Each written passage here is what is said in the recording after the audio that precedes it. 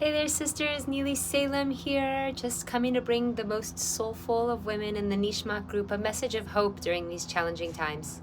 So we are in Parshat Noach, and boy, oh boy, does it feel like Parshat Noach. I mean, Hashem is destroying the whole world. It kind of feels like that, you know what I'm saying? But we also know that the end of Parshat Noach is a beautiful unfolding, and that is that the flood ends, and then Noah sends the raven, but then he sends the dove. And this dove goes and it finds the olive branch. We all know this story, so Neely, come on, what are you telling me? Why is that relevant? Why does that give me hope? So here's the thing.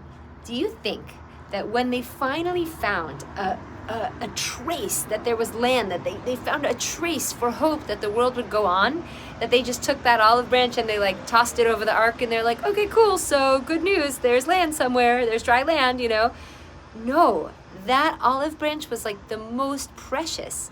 So what do you do with an olive branch? Well, Noah was wise. He took and he pressed the olives from it and he squeezed out just a bit of oil. Noah passed that down to his son, whose name was Shem. By the way, Shem is the root of the Hebrew word anti-Shemiyut. Anti-Semitism comes from this week's parsha too. Okay, so anyways, Shem passes it down to his son, who passes it down to his son, passes it down to his son. Eventually it ends up in the hands of Abraham, then it ends up in the hands of Isaac, and then in the hands of Jacob. So you actually might recognize where Jacob interacts with this oil based on the following Bible story. So Jacob and his family are finally leaving the house of Lavan, and now he's got his wives, he's got Rachel and Leah and Bilhah and Zilpah and all the kids, and they're traveling. There's a lot of kids. Remember, there's 12 tribes, plus each one of them maybe had a twin sister, and they're traveling to go back, finally to return to Yaakov's parents, except for to get there, he has to pass through the enemy territory of Esav. So that's like today saying he's in Gaza. So they go into the territory of Gaza to try to pass through, and they are scared of the confrontation, but then something weird happens. And it says that Yaakov left his family and he had to cross back over the river Yabok to get something. And it's wait a second, if you leave your family in enemy territory, that thing that you're forgetting must be so important. So the rabbis are like, what did he forget? And the answer is pachim ktanim, which means little vessels. It's what? My teacher, Morele Golem, says he went back across the river for Tupperware? Are you kidding me? What's up with that? So the sages say, what was in this Tupperware? What was in it that was so special and important?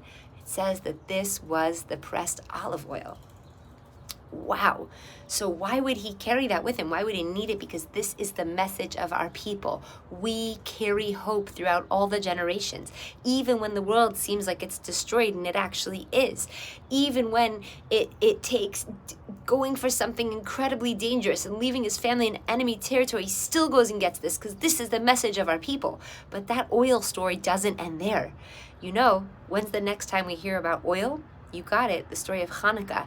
And you know what it says? It says that they found a cruse, a small amount of oil that was sealed with the seal of the Kohen Gadol. So who is this Kohen Gadol? It says that it was Shem, Kohen Elyon. Shem is actually the son all the way back of Noach. And that he was called a Kohen Gadol, and that this is the very oil they found in Hanukkah. Now again, what's the message of Hanukkah? That even in the darkest of nights, there is hope. We can spread the light. But my friends, that's not the end of this oil story. We will see this oil again one time in the near future, please God, today or tonight. When do we use oil again? Well, does anyone know what the word Mashiach means? It means anointed, as in anointed with what? With oil. This week's Parsha is the source of hope for the world. This week's Parsha is the source that our mission and job in this world is to be people of hope. We carry this hope at all costs. We are the people that show the world that goodness will prevail, that one day there will be peace, that we believe in an era of everybody coming back to life, getting to reunite with our ancestors and loved ones and murdered ones. That there will be a time where we will acknowledge one God, and it will be done with joy, and it will be done with singing, and this is our mission.